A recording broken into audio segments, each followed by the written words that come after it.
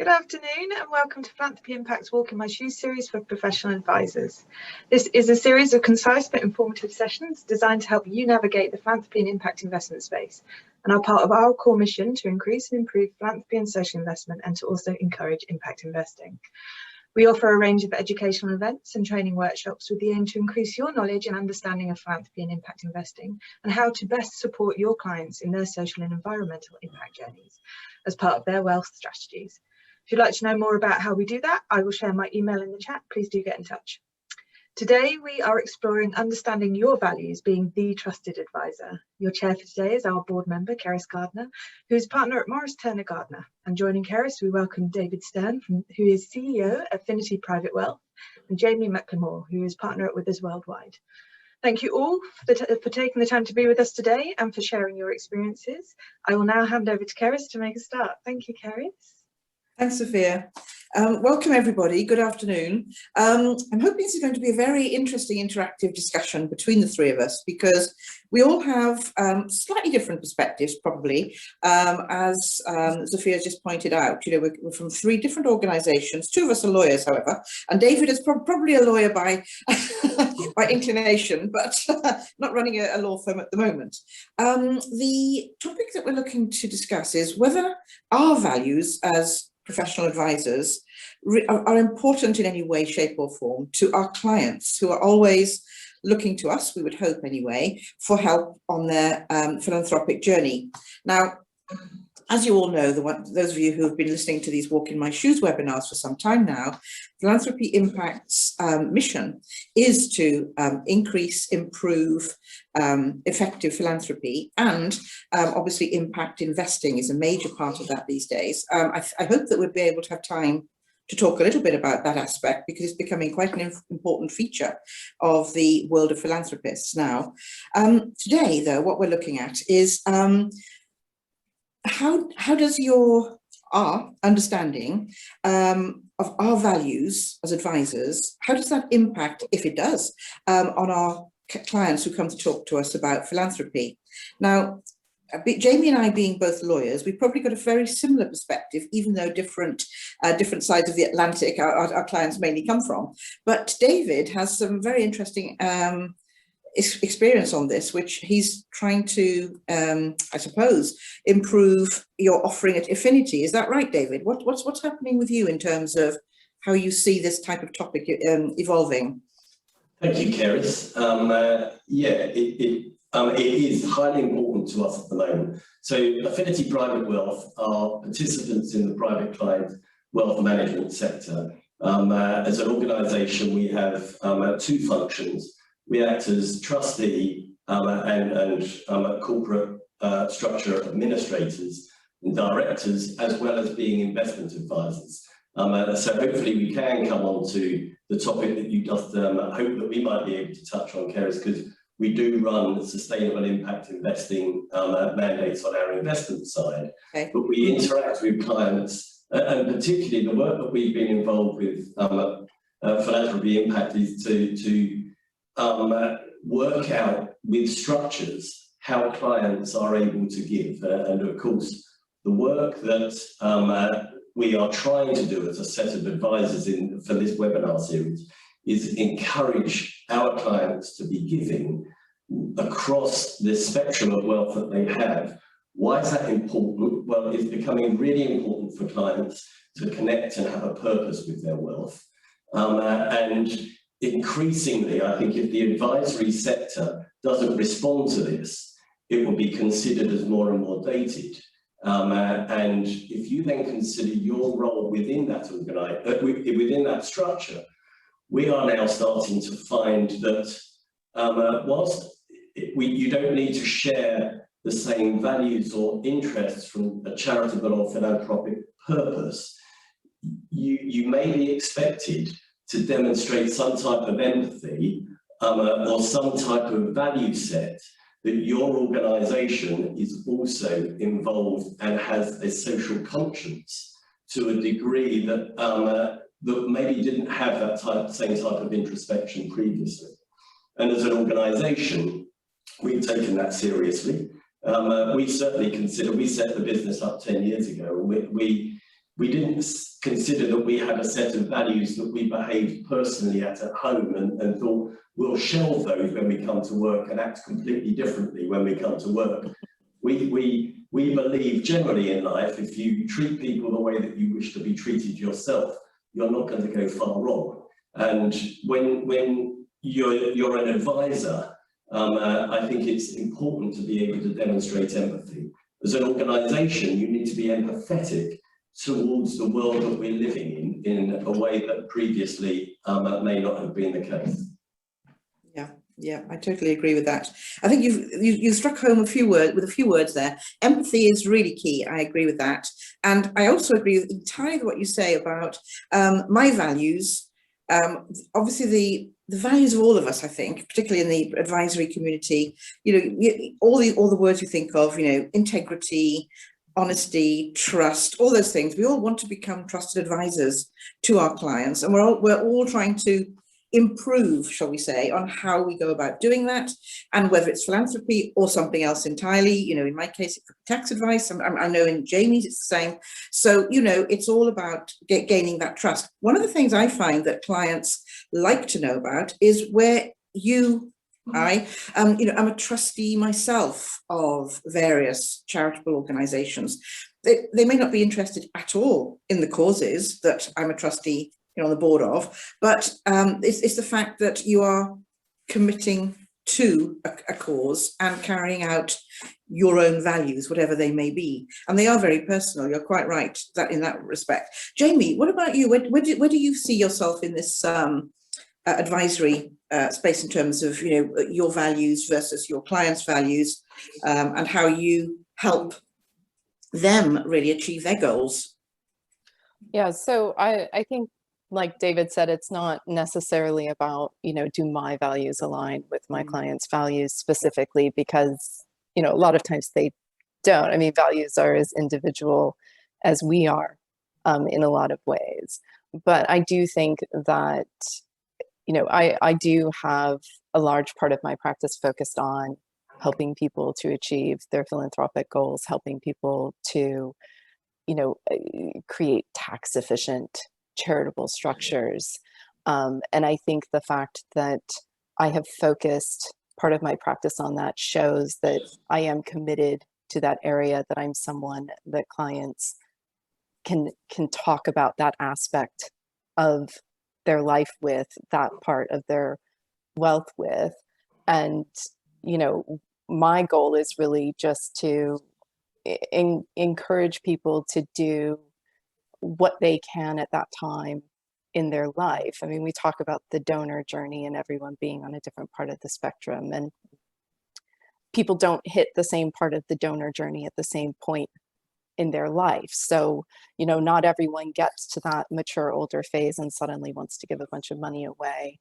And not everyone with very young families is only concerned about wealth generation and taking care of their family. Some of them are very interested in, serious philanthropic pursuits at that time. So I think, just being receptive to that and not missing the opportunities to discuss that with clients when it comes up, and encouraging them by saying, whatever it is that you want to do, whether it is just making one-off grants to organizations in a way that's efficient, or whether it's setting up a family foundation at the right time and putting a lot more money into it, that all of that is significant, that all of that can make a difference, and that you shouldn't ever see your contribution as, not being significant enough. You don't need to be the Gates Foundation to have an impact on society. Yeah. Very true. No, I like what you're saying there. One of the questions for both of you, actually, which I'm frequently asked by younger members of our firm, is how do you even raise the subject of values, philanthropic goals, philanthropic ambitions? Certainly from my perspective, because I've been around a long time now, mostly clients come to me and say, this is what I want to support, and these are the causes I really, value and respect and want to improve society, whatever it may be, in any capacity whatsoever. So they very often start the conversation themselves.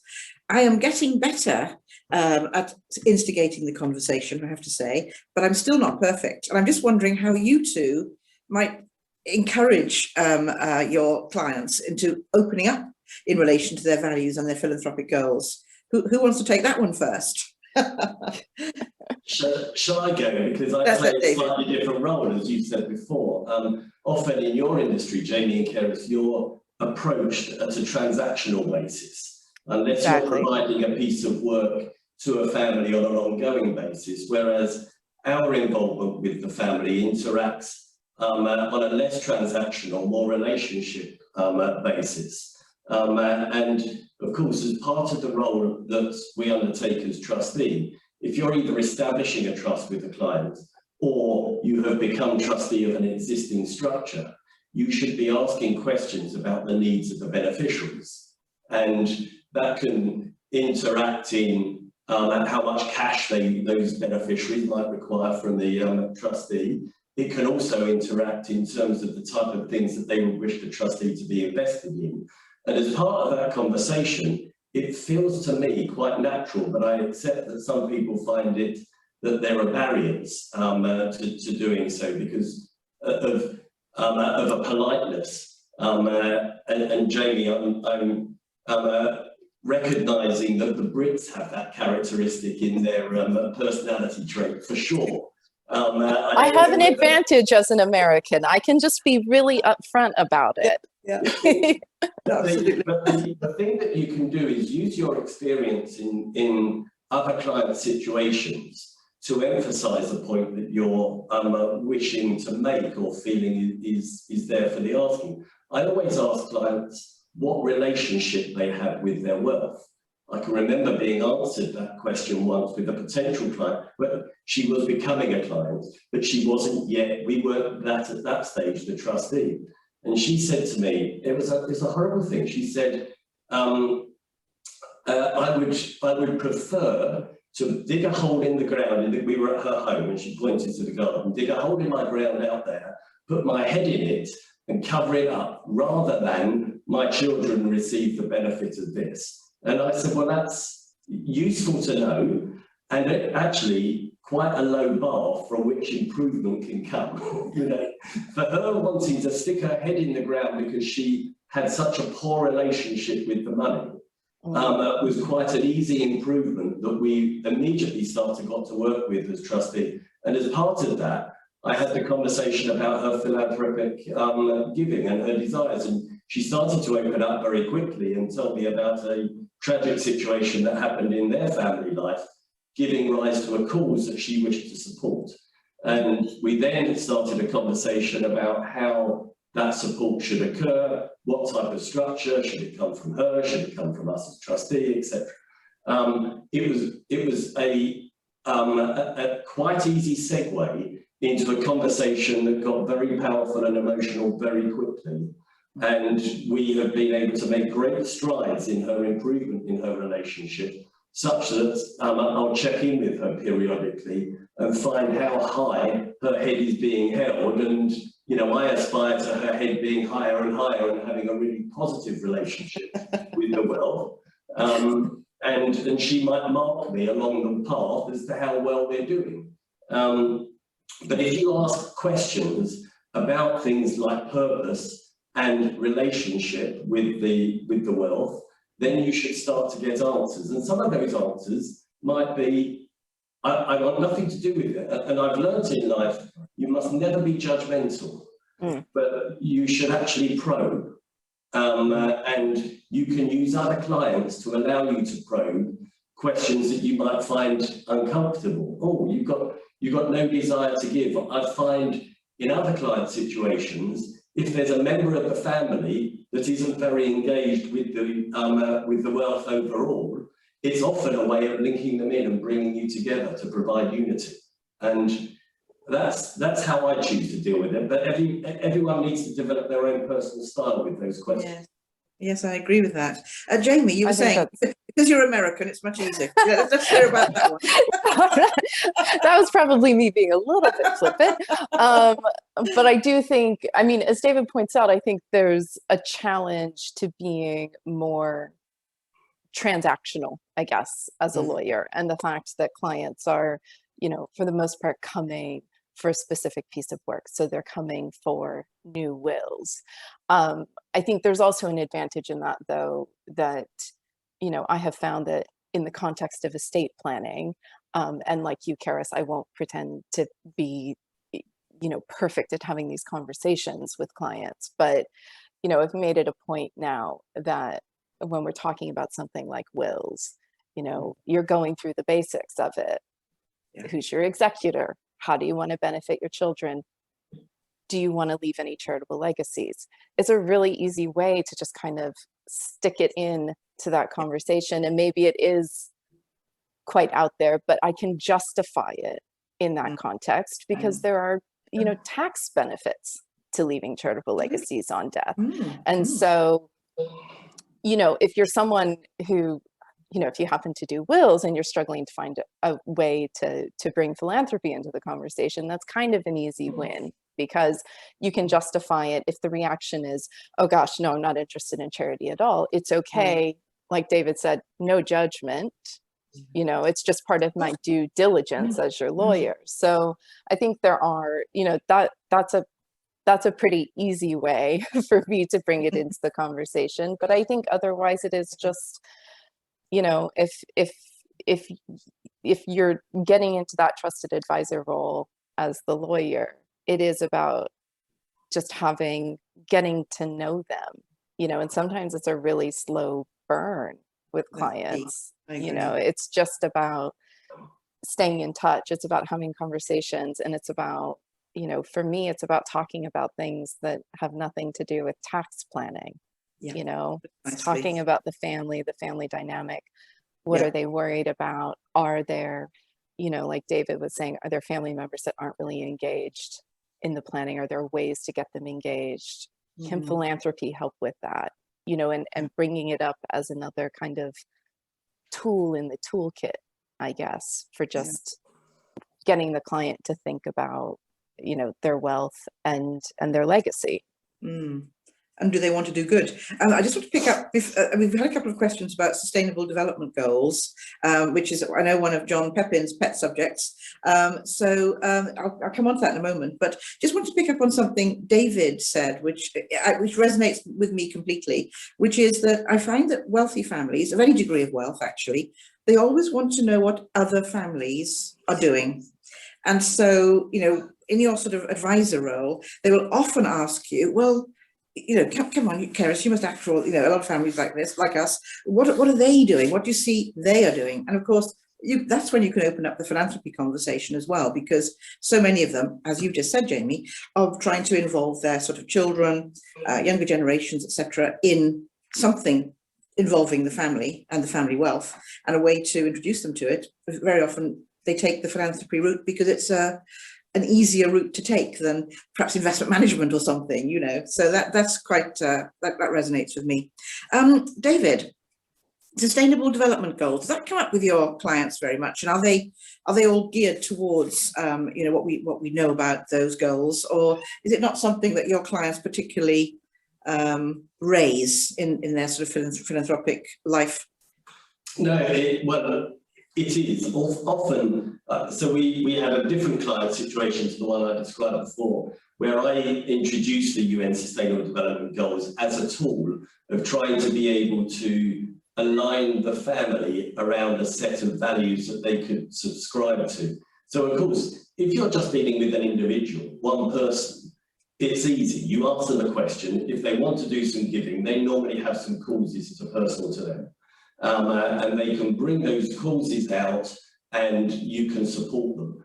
When you're dealing with a number of individuals, I mean, if you're dealing with a couple, very frequently those couples will have slightly differing views about what they do and don't support. And sometimes that might be a point of friendly contention. Sometimes it might be a point of real contention. And then if you play that across a family, we had a situation where we're a trustee of a trust that has got brother and sister as the second generation, first generation settlor father, brother and sister, and then all of a sudden you've got then 4 grandchildren of the settlor, and 8 great-grandchildren of the settler, or settlers still alive, how on earth do you get them to focus on a set of values or causes that they can all get behind? Because the views will be different. So I used the UN Sustainable Development Goals, got them all to rank in importance from 1 to 17, the ones that they were most aligned to or wanted to support. I then just simply used an Excel spreadsheet and allocated scores 1 through to 17 across the Sustainable Development Goals. We did some grouping. We grouped them together because sometimes there are some aligned ones. And then we came up with a set of top 3 that most frequently appeared across that family group. 8 of them participated. Some of them really got into it, others didn't bother doing it. So we asked 8 of them to do it, and you got mixed response. But ultimately, at the end, we subscribed to 3 causes that we said to them all, are you all happy to support this as if it's a personality that you can represent, that you can feel aligned to, but it doesn't immediately, it's not the list of causes that you personally are most important to you. And they all agreed, and it highlighted that the charities that we were supporting only ticked a couple of those boxes. So climate was important to all of them, but completely absent from any donor giving that family were making. And so it allowed us to then pick on, if you like, a member of the family to say, right, you go off and do some research for causes that you're going to be wanting us to support. And they came back with a list of a few. And we as trustee then picked that up. We're not the organisation that provides services about what are the best charities to allow them to represent their views. But once we know what charities they want to support, we can do due diligence on that charity to find out whether it should be one that the family wants to support or not. So we used it in quite an innovative way, because otherwise the discussion would have just gone back and forward, and I don't know whether they'd have ever agreed a framework. So it was that framework adoption that we used on one instance, Ceris. That's a good example of how that can be so useful. Jaime, do you sort of use the UN SDGs in any way that? Yeah, I mean, I'm really impressed by David's example of using it. I think that is incredibly innovative. I don't think that, I've not yet had a client situation where we've had possibly so many diverging viewpoints about what the family values would be. I mean, for the most part, I am working with clients where there's a very kind of active patriarch or matriarch that's really setting the tone for what is happening. Though I suspect that as time passes and the wealth and the responsibility for the wealth transfers into more hands in the larger family, I'm definitely going to steal that for future planning, because I think that it's a very useful tool, to help to identify values. But I do think, right now, a lot of my clients kind of know what it is that they want to focus on. Absolutely. No, I think it's a great idea, David. I think I'll adopt it too, if I may, or something similar. I'll tell you where it comes in quite extremely useful and important is with younger clients who have already acquired some degree of wealth. And of course, what makes their eyes light up is when you do start a conversation, or they get into a conversation with you about how to support, climate change initiatives and so on. There are just certain causes that really make them passionate, and it's a very good way of getting into to their sort of trust and a trusted advisor for them.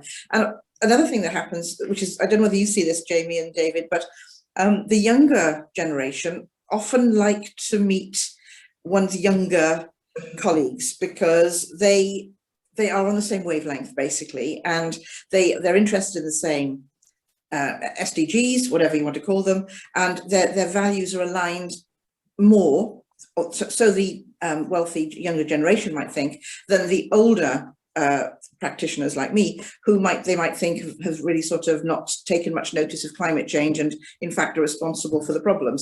So, you know, it's just very interesting how I see their eyes light up and you know that you've got them. Yes, okay, that'll do, that'll be nice. Yeah, they'll work on that very hard. So it works well. I think you need to take that passion, Ceris, in my experience, because if there's the difficulty that exists in the description, which is the vast majority of cases, Jaime, that you describe, where a patriarch or a matriarch has got a view, and that view is expressed because it's their view and they're quite assertive in wishing that view to be supported. And the family aren't going to necessarily disagree with it, but aren't maybe encouraged to bring their own views forward. Mm-hmm. Yeah, I think, Ceris, if you can use a chink of that enthusiasm, it might not be a cause that the patriarch or matriarch would wish to support, but I think our role is really to encourage them to make sure that there's a little bit of space. So the cause that is important to a younger generation isn't quashed, that you allow it to be represented somewhere, because if you can just get that chink in there, the engagement between the generations really flies. You're starting to use people's causes and passions to unify. And it's that unity part which I think is an unshone light on the benefits of philanthropy and wealth. Absolutely agreed. Yeah. Jaime, do you have any Totally thoughts? agreed. No, I think more and more what I'm I mean, I might be part of that slightly younger generation, I guess, in a way, and I'm trying to bridge a gap slightly between older clients and their children sometimes. And I do think the encouragement of communication more generally, you know, I'm having a lot of conversations with clients saying, just talk to your children about what you have, get them engaged more generally in the family wealth. You'll be surprised by what their opinions are about what should happen. You know, you might be surprised by how much wealth they actually want. And I think, you know, like you said, David, it's just opening up that line of communication and engagement that can make such a difference. Yeah. John's appeared. That's a bad sign. It means we're running out of time. That was actually brilliant. Thank you very much, Jaime, David, and Ceris. It's really encouraging to see what you're all doing, and I think it's a model for advisors, no matter whether they're lawyers or bankers or investing advisors, etc. And it reflects, I think, the growing trend amongst not only millennials and women of wealth, but also others. So thank you for that. Can I ask you 30 seconds of final words of wisdom to let people leave with sort of like, wow, this has been terrific. No stress there, no challenge whatsoever. Jaime, are you willing to go first? Yeah, I'll go first. I can't say I have anything that amazing to say. I would just say, you know, be receptive to clients and pick up on subtle hints, right? Clients aren't always going to be in your face about their philanthropy or their charitable giving, but they will drop you something. And I think as long as you can pick up that opportunity, then you can really make a difference with them. And it also makes a difference in terms of the relationship and keeping clients and that kind of thing as well, I assume. It does. Self-servingly, yes, it does. Indeed. Okay. David, what about you? Yeah, I mean, I think it's all about communication. Listen, make sure you listen and hear what message. I suppose it's probably similar to what Jaime is saying, because if you can get any of the passion that Ceris mentioned, and you can then use that to the family to allow them to achieve some of the things that they're wanting to, then isn't that our role? You just captured it there. Listen, understand, act, repeat. Yeah. Ceris, the final word to you. Final word. Okay, I've totally endorsed everything that both Jaime and David have said. I would just add one thing that we didn't have time to cover, which is very quickly. Clearly, I, Jamie, David, we don't know all there is to know about philanthropy and where you would go to look for advice in certain, in other quarters. We could do the legal stuff, David can do the trust and the family stuff, but there's so much more to it. And so go to the Philanthropy Impact website, because there's so much information on there about who you might find useful to contact in relation to knowing what next steps to take when you are starting your journey. Thank you, Ceris. That was really good. Thank you very much. Thank you, Jamie, David, Ceris. Over to you, Sophia. Thanks, Ceris. That's exactly what I was going to say then. Come to us for more. If you need to know more, that's what we're here for. So thank you for that. Next week, we're going to be exploring the funding opportunities that are tackling forced displacement globally. That's the refugee crisis in brackets, and what professional advisors should know to support their clients in this area. So I hope you can join us then, and have a great week. Thank you, everybody. Thank you, Jamie. Thank you, David. Thanks, John. Thank you. Bye. Lovely to see you all. Bye. Bye.